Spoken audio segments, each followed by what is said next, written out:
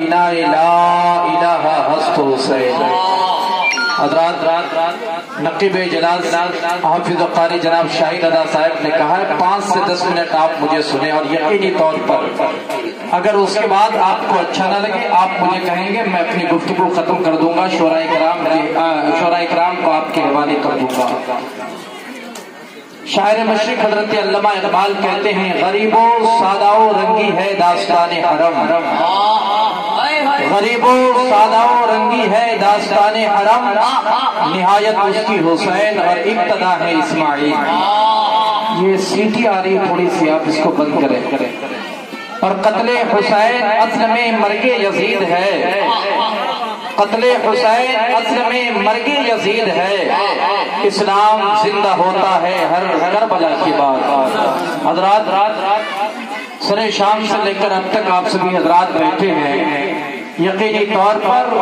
آپ سبھی حضرات یہاں ممبر رسول پہ تشریف فرما علماء اور شعراء کی محبت میں نہیں بیٹھے ہیں بلکہ حسین پاک کی محبت میں بیٹھے ہیں۔ مجھ سے بیشتر محب گرامی شاعر اسلام بلبل باغ رضا بڑے بھائی جناب جعفر کلیم صاحب یقینی طور پر جب یہ نعت پڑھتے ہیں نا دل باغ باغ ہو جاتا ہے۔ اور ان سے بھی پہلے بلبل باغ رضا مداح خیر الانام شاعر اسلام جناب ناہید رضا دیناج پوری سے آپ نے سماعت کی نعت و منقبت کے اچھے اشعار، اور ان سے بھی پہلے بڑے بھائی محب گرامی شاعر اسلام بلبل باغ رضا جناب مولانا صغیر احمد صاحب نوری سے آپ نے نعت و منقبت کے اشعار سماعت کے۔ انشاءاللہ یہ لوگ میری تقریر کے بعد پھر پڑھیں گے، ایمانداری کے ساتھ پڑھیں گے، اور یقینی طور پر جس جذبات کے ساتھ انہوں نے ابتدا میں پڑھا ہے انتہا میں اسی جذبات کے ساتھ پڑھیں گے۔ اور محب گرامی حافظ قاری جناب مبشر صاحب ہیں، ان کے علاوہ دوسرے علماء کرام ممبر رسول پہ تشریف فرما ہے، سارے لوگوں کے قدموں کے ذرات کو اپنے سر کا تاج بنا کر یہ گدائے نعیمی کچھ باتیں آپ کی سماعت کے حوالے کرنا چاہتا ہے۔ صدر جلسہ حضرت علامہ قاری جاوید صاحب جو کچھ دیر پہلے یہاں تشریف رکھے تھے آرام گاہ پہ پہنچے ہیں، ان کے صاحبزادے قاری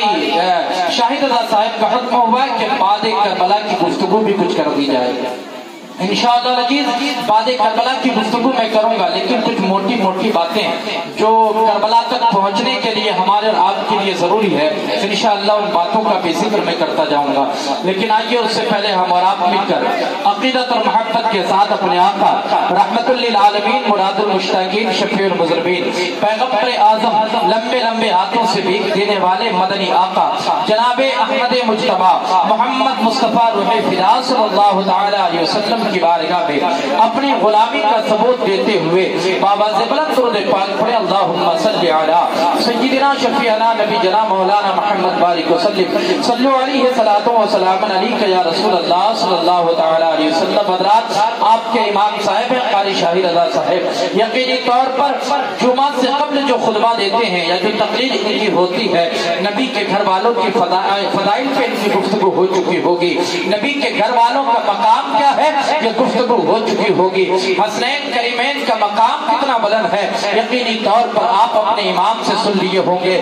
لیکن مسلمانوں ذرا غور تو کرو، حقیقت یہ ہے، سچائی یہ ہے، نبی کے گھر والوں کی تعریف کما حقہ مجھ جیسا مولوی نہیں کر سکتا ہے۔ نبی کے گھر والوں کی تعریف یا ان کے مناقب یا ان کے مراتب کا ذکر مجھ جیسا چھوٹا مولوی مکمل طور پر بیان نہیں کر سکتا ہے۔ آئے وقت کے امام شافعی رحمت اللہ علیہ کی بارگاہ میں ایک شخص کھڑا ہوا، امام شافعی رحمت اللہ علیہ سے عرض کرنے لگا، اے امام ذرا نبی کے گھر والوں کی فضیلت بیان کر دیجئے، ذرا نبی کے گھر والوں کا مقام بیان کر دیجئے۔ وقت کے امام شافعی کھڑے ہوتے ہیں، ادب سے اپنے ہاتھوں کو باندھتے ہیں اور کہتے ہیں کہ اے لوگوں نبی کے گھر والوں کی تعریف سننا چاہتا ہے، سنو نبی کے گھر والوں کا مقام اتنا بلند ہے کہ جب ہم نماز پڑھتے ہیں اور حالت نماز میں اگر نبی کے گھر والوں پر درود و سلام نہیں پڑھتے ہیں اس وقت تک اللہ ہماری عبادت کو قبول نہیں فرماتا ہے۔ جس حسین پاک کے ذکر کی محفل کو آپ نے سجایا ہے، اگر اس حسین پاک پر درود حالت نماز میں نہ پڑھا جائے اللہ اس وقت تک ہماری نماز کو قبول نہیں فرماتا ہے۔ آپ اسی سے اندازہ لگا سکتے ہیں امام حسین کا مقام کتنا بلند ہے، نبی کے گھر والوں کی فضیلت کا اندازہ آپ اسی سے لگا سکتے ہیں۔ لیکن مسلمانوں غور تو کرنا، جس نبی کے گھر والوں کا مقام اتنا بلند ہے کہ جب تک نماز میں ان پر درود نہ پڑھا جائے اللہ میری عبادت کو قبول نہیں فرماتا، اس نبی کے گھر والوں کو کربلا کی سرزمین میں ستایا گیا، ان کے اوپر ظلم ڈھائے گئے، نہر فرات کا پانی ان کے لیے روک دیا گیا، ان کے مستورات کے سر سے دوپٹے کو کھینچا گیا، ان کے خیمے کو آگ لگا دیے گئے۔ یاد رکھو مسلمانوں، یہ ساری چیزیں میرے آقا نے پہلے ہی بیان کر دیا تھا، میرے آقا نے پہلے ہی کہا تھا بیٹا حسین دین کی حفاظت کے لیے ایک دن تجھے مدینہ چھوڑ کر کربلا جانا پڑے گا۔ ذرا اپنے ذہن کو توجہ سے میری طرف لائیے۔ آپ نے بڑے جذبات کے ساتھ ان شعراء کرام کو سنا، لیکن بڑے ہی ہمدردانہ اپیل کرتے ہوئے میں آپ سے گزارش کرتا ہوں جتنے جذبات کے ساتھ آپ نے سنا ہے اتنے سکون کے ساتھ میری گفتگو کو سننے کی کوشش کریں۔ میرے آقا نے کہا تھا بیٹا حسین تجھے دین کی حفاظت کے لیے مدینہ چھوڑ کر کربلا جانا پڑے گا۔ اور ایک وقت ایسا آیا جب حضرت امیر معاویہ کا انتقال ہوا، اس کا بیٹا یزید جب تخت پر بیٹھا، اس نے مدینے کے گورنر ولید بن عتبہ کو خط لکھا اور کہا اے مدینے کے گورنر 4 شخص ہیں جن کی بیعت میرے حق میں قبول کر لو۔ پہلا شخص حضرت عبداللہ ابن زبیر ہے، دوسرا شخص حضرت عبداللہ ابن عمر ہے، تیسرا شخص حضرت عبد الرحمن ابن ابی بکر ہے، چوتھا شخص حضرت امام حسین ابن علی ہے۔ اللہ اکبر کبیرہ۔ جب مدینے کے گورنر ولید بن عتبہ تک قاصد نے یہ پیغام بھیجا، رات کا وقت ہے، ولید بن عتبہ نے اپنے قاصد کو پیغام پہنچانے والے کو امام حسین کے پاس پہنچا ہے اور امام سے طلب کیا ہے کہ امام آپ کو مدینے کے گورنر ولید بن عتبہ نے بلایا ہے، رات کا وقت ہے، میرے امام اپنے ساتھ جانثاروں کو لیتے ہیں، ولید بن عتبہ کے پاس پہنچتے ہیں۔ ولید بن عتبہ نے آپ کا استقبال کیا، ادب و احترام کے ساتھ آپ کو بٹھایا، کرنے کے بعد ولید بن عتبہ سے میرے امام کہتے ہیں اے ولید بن عتبہ بولو بلانے کی وجہ کیا ہے؟ ولید بن عتبہ نے کہا امیر معاویہ انتقال کر چکے ہیں، اس کا بیٹا یزید تخت پر بیٹھا ہے اور یزید چاہتا ہے کہ آپ اس کے ہاتھ پر بیعت کر لے۔ میرے امام نے کہا نہیں میں یزید کے ہاتھ پر بیعت نہیں کر سکتا۔ ولید بن عتبہ نے کہا آپ کیوں نہیں کر سکتے ہیں؟ میرے امام نے جواب دیا جو انسان زنا کرتا ہو نبی کا نواسہ اس کے ہاتھ پر بیعت نہیں کر سکتا، جو انسان شراب پیتا ہو نبی کا نواسہ اس کے ہاتھ پر بیعت نہیں کر سکتا، جو انسان زنا کرتا ہو نبی کا نواسہ اس کے ہاتھ پر بیعت نہیں کر سکتا۔ میرے امام اتنا کہہ کر جب دارالحکومت سے باہر نکلنے لگے، ولید بن عتبہ کے پاس ایک ظالم شخص تھا جس کا نام تاریخ اسلام میں مروان بن حکم ہے۔ اس ظالم شخص نے کہا اے ولید بن عتبہ نبی کے نواسے حسین کو قید کر لیا جائے۔ اللہ اکبر کبیرہ۔ ولید بن عتبہ جو نبی کے نواسوں سے سچی محبت کرتا تھا، اس نے کہا اے مروان جس نبی کا ہم نے کلمہ پڑھا ہے ہم اس نبی کے نواسے کو قید نہیں کر سکتے ہیں۔ اللہ اکبر کبیرہ۔ مروان بن حکم نے کہا اے ولید بن عتبہ سنو، اگر تم نے نبی کے نواسے کو قید کر لیا تو ابن زیاد اور یزید تجھے دولتوں سے مالا مال کر دے گا۔ تاریخ بتاتی ہے جب مروان بن حکم نے ولید بن عتبہ سے یہ جملہ کہا تو ولید بن عتبہ نے ایک تاریخی جملہ کہا تھا۔ ولید بن عتبہ نے کہا اے مروان سنو، یہ مدینے کی دولت کیا اگر یزید پوری دنیا کی دولت کو میرے قدموں پہ لا کر رکھ دے گا اور کہے گا نبی کے نواسے کو قید کر لے، میں پوری دنیا کی دولت کو ٹھوکر تو مار سکتا ہوں لیکن نبی کے نواسے کو میں قید نہیں کر سکتا۔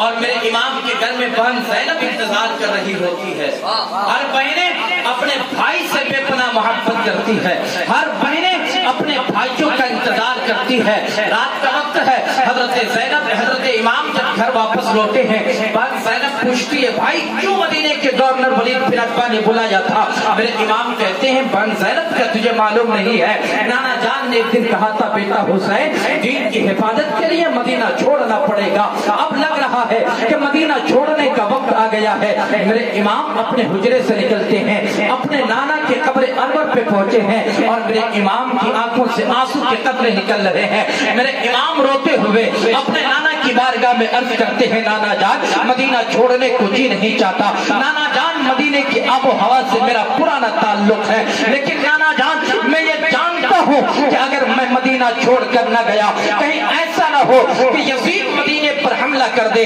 اور آپ کے مقدس شہر کے تقدس کو پامال کر دے۔ اور نانا جان آپ کے مقدس شہر کے تقدس کو بچانے کے لیے آپ کا نواسا حسین مدینہ چھوڑ رہا ہے۔ اب ذرا میری گفتگو سن لے، مدینہ چھوڑنا آسان نہیں ہوتا ہے۔ اللہ اکبر کبیرہ، آپ کے اس محلے سے اگر کوئی حج کے لیے گئے ہیں یا کوئی عمرہ کے لیے گئے ہیں تو ذرا اس حاجی صاحب سے پوچھا جائے، ذرا اس عمرہ کرنے والے سے پوچھا جائے، ایک حاجی کو 8 دن مدینے میں رہنا پڑتا ہے اور 8 دن کے بعد جب اس حاجی سے کہا جاتا ہے وہ حاجی اب آپ کو مدینہ چھوڑنا پڑے گا، قسم خدا کی لوگوں وہ حاجی دارو قطار رونے لگتے ہیں۔ جب میں 2016 میں حج کے لیے گیا تھا، قسم خدا کی لوگوں میں 8 دن مدینہ منورہ میں رہا، 40 وقت کی نماز میں نے مسجد نبوی میں پڑھی، اور جب 8 دن گزر گیا، جب میں رات کے وقت اپنے کمرے میں واپس لوٹا، اللہ اکبر کبیرہ، میں نے اپنے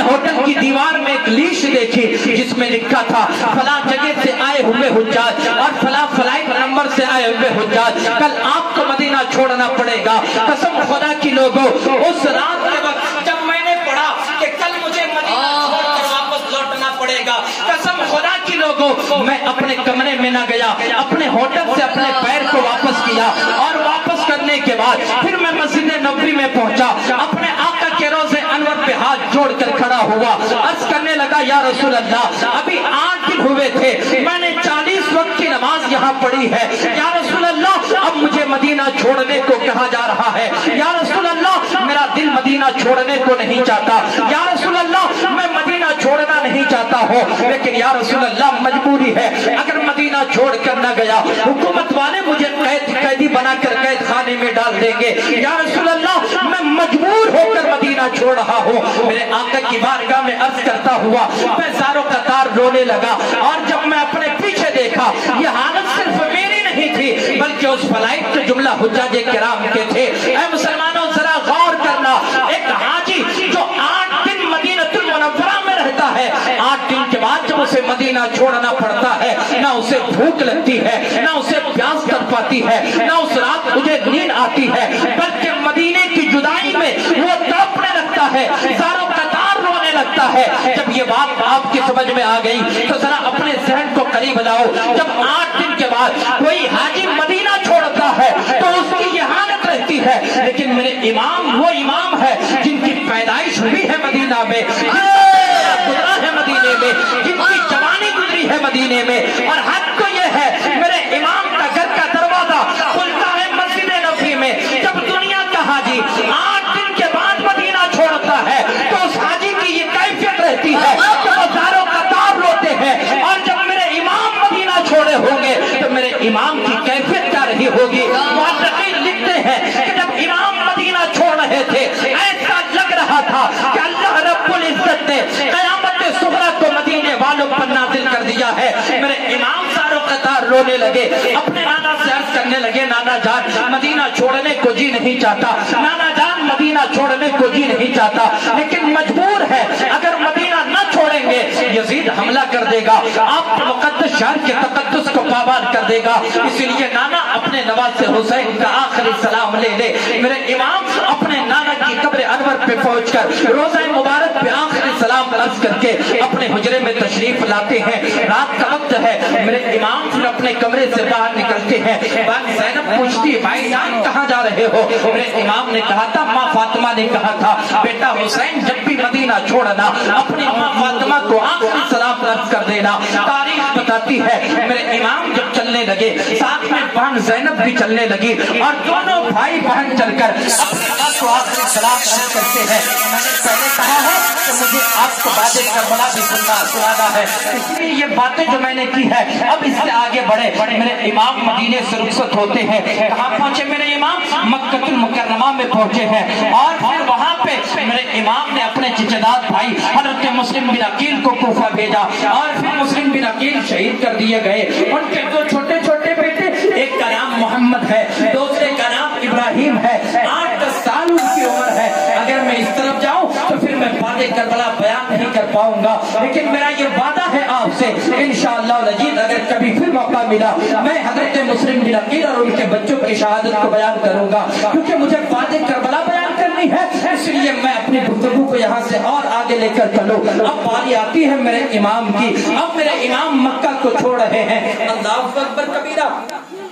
جب امام حسین مکہ چھوڑنے لگے ایک صحابی کھڑے ہوتے ہیں، عرض کرتے امام مکہ نہ چھوڑیے بلکہ آپ کوفہ نہ جائیں، کیونکہ آپ کے کوفہ کے لوگوں نے آپ کے بابا حضرت علی کو شہید کیا تھا، کوفہ والوں نے آپ کے بھائی حضرت امام حسن کے کھانے میں زہر ملا دیا تھا، اے امام کوفہ کے لوگ بڑے بے وفا ہے، آپ کوفہ نہ جائیں۔ میرے امام نے کہا تھا میں کوفہ اپنی مرضی سے نہیں جا رہا ہوں بلکہ میں کوفہ اپنے نانا کے حکم سے جا رہا ہوں۔ میرے امام یہ کہہ کر چلنے لگے، ایک صحابی کھڑے ہوئے عرض کرنے لگے امام آپ اس مقدس شہر کو چھوڑ کر جا رہے ہو، یہاں تو لوگ اب پوری دنیا سے حج کرنے کے لیے آئیں گے، اے امام اس مقدس شہر کو اس مقدس مہینے میں چھوڑ کر جا رہے ہو، پوری دنیا سے لوگ یہاں حج کے لیے آ رہے ہیں اور آپ اس مقدس شہر کو چھوڑ کر جا رہے ہو۔ میرے امام نے جواب دیا سنو مجھے معلوم ہے یہ مقدس شہر ہے، یہ مقدس مہینہ ہے، پوری دنیا سے لوگ یہاں حج کے لیے آئیں گے، لیکن سنو کربلا میں بھی ایک حج ادا کروں گا۔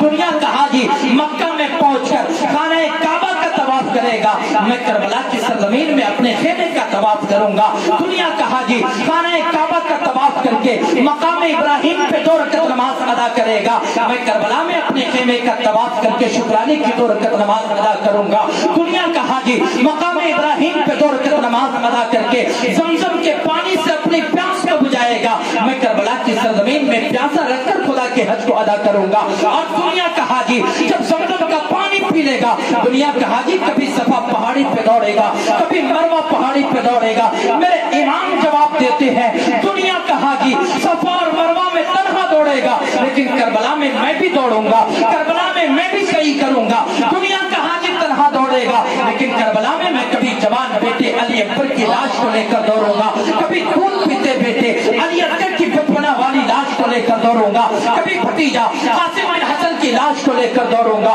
کبھی بھانجے اور محمد کی لاش کو لے کر دوڑوں گا، کبھی بھائی حضرت عباس علمبردار کی لاش کو لے کر دوڑوں گا۔ میرے امام جواب دیتے ہیں دنیا کا حاجی خانہ کعبہ کا طواف کرے گا، مقام ابراہیم پہ 2 رکعت نماز ادا کرے گا، زمزم کا پانی پیے گا، صفا اور مروہ میں سعی کرے گا، اس کے بعد وہ حاجی اپنے حج کے قبولیت کے لیے اپنے سر سے بال کو کٹوائے گا۔ میرے امام کہتے ہیں دنیا کا حاجی اپنے حج کو قبول کرانے کے لیے اپنے سر کے بال کو کٹائے گا، اور کربلا کی سرزمین میں میں جو حج ادا کروں گا اپنے سر کے بال نہیں بلکہ اپنی گردن کو کٹا کر اللہ کے حج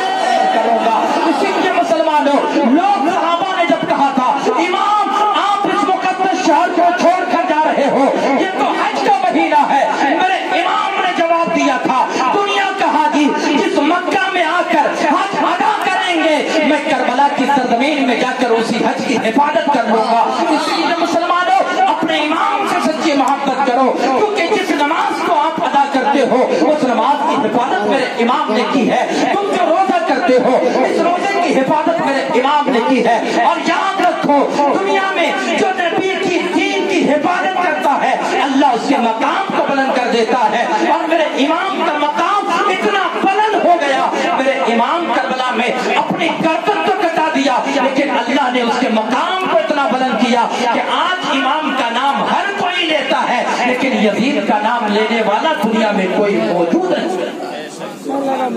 میرے امام مکہ سے چلنے لگے،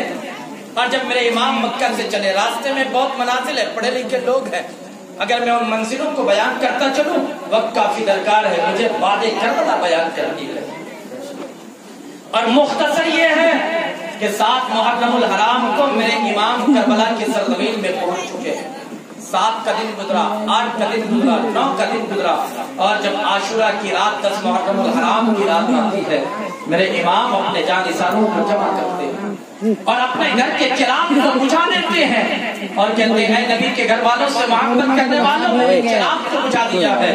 اس رات کے وقت میں جس کو جانا ہو چلے جاؤ، کیونکہ یزید میرے خون کا پیاسا ہے، وہ تجھ سے کچھ طرف نہیں کرتا۔ میرے امام نے اتنا کہا تھوڑی دیر خاموش رہے، اور جب تھوڑی دیر کے بعد میرے امام نے اپنے جوان بیٹے حضرت علی اکبر سے کہا بیٹا چراغ کو روشن کرو۔ جب چراغ کو روشن کیا گیا میرے امام کیا دیکھتے ہیں، سارے جانثار اپنے اپنے سروں کو جھکا کر میرے امام کے سامنے بیٹھے ہیں۔ میرے امام نے کہا تم کیوں نہیں گئے؟ ایک صحابی کھڑے ہوئے، تاریخ اسلام میں جس صحابی کا نام حضرت حبیب ابن مظاہر رضی اللہ تعالیٰ عنہ،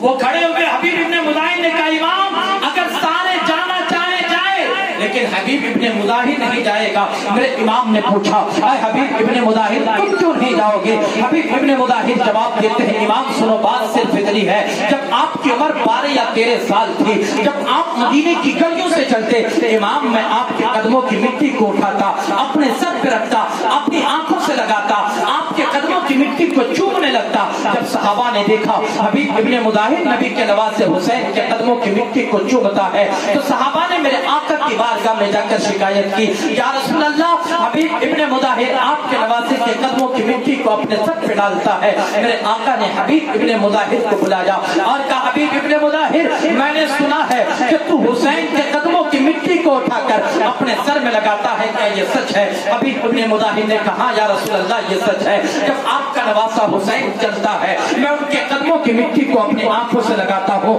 اپنے سر پہ ڈالتا ہوں۔ میرے آقا نے ارشاد فرمایا اے حبیب ابن مظاہر تم نے ایسا کیوں کیا؟ حبیب ابن مظاہر جواب دیتے ہیں یا رسول اللہ پورا مدینہ آپ کے نواسے سے محبت کرتا ہے، لیکن حبیب ابن مظاہر آپ کے نواسے سے صرف محبت نہیں کرتا بلکہ حبیب ابن مظاہر آپ کے نواسے سے عشق کرتا ہے۔ اللہ اکبر کبیرہ۔ حبیب